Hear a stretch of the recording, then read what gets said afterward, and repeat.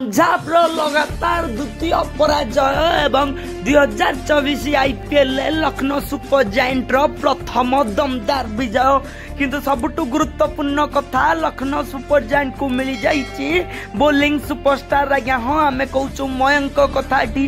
आम मयंक अग्रवाल कथा कहूनु आम कहूँ सुपरस्टार पदार्पण रे कमाल रो बोलिंग करितबा मयंक यादव को कथा आज्ञा। हाँ मयंक यादव जी पदार्पण प्रथम मैच रे पंजाब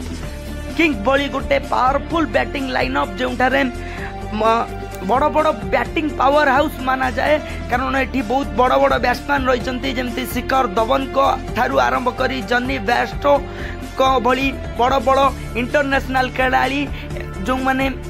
बहुत बड़ बड़ शॉट खेली पारती करण शर्मा भली जड़े हार्ड हिटर रही दल में लियम लिविंगस्टन जे गोटे सबुठु तुफानी बैट्समैन करती भली खेलाड़ी मध्य मयंक शर्मा जो भली भाव बोलिंग करिसंती एवं आईपीएल 2024 सबुठु तेज गेंद 156 किलोमीटर गति रे पकई से नुआ सुपरस्टार एबे बोली समस्त को तथ्य दे सारी वीडियो टाक समाप्त कर।